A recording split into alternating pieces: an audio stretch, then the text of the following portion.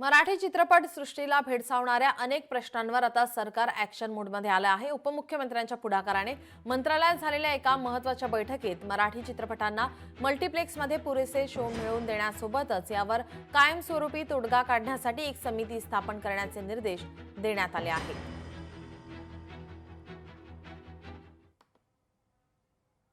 कुठल्याही परिस्थितीमध्ये मराठी सिनेमे काही लोकांच्या आपल्या तक्रारी होत्या निर्मात्यांच्या मध्येच सिनेमे काढण्याचा देखील प्रकार झाला, तर अशा प्रकारचं कुठले कृत्य कुठली घटना होता कामा नये आणि म्हणून मराठी सिनेमांना प्राधान्य देणं, त्यांना वेळ देणं, प्राईम टाईम देणं आणि त्याचबरोबर डेडिकेटेड स्क्रीन त्यांना मिळाली पाहिजे अशी मागणी त्यांची होती। तर त्यावर एक समिती गठीत केलेली आहे आणि 1.5 महिन्यामध्ये या समितीचा अहवाल येईल आणि त्यावर आम्ही हेही सांगितलं, सरकार म्हणून शासन म्हणून जे जे आम्हाला काही करायचं आहे तेही तुम्ही सूचित करा।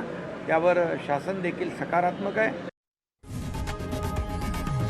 लोकशाही मराठी ऐका, पहा, जागरूक रहा।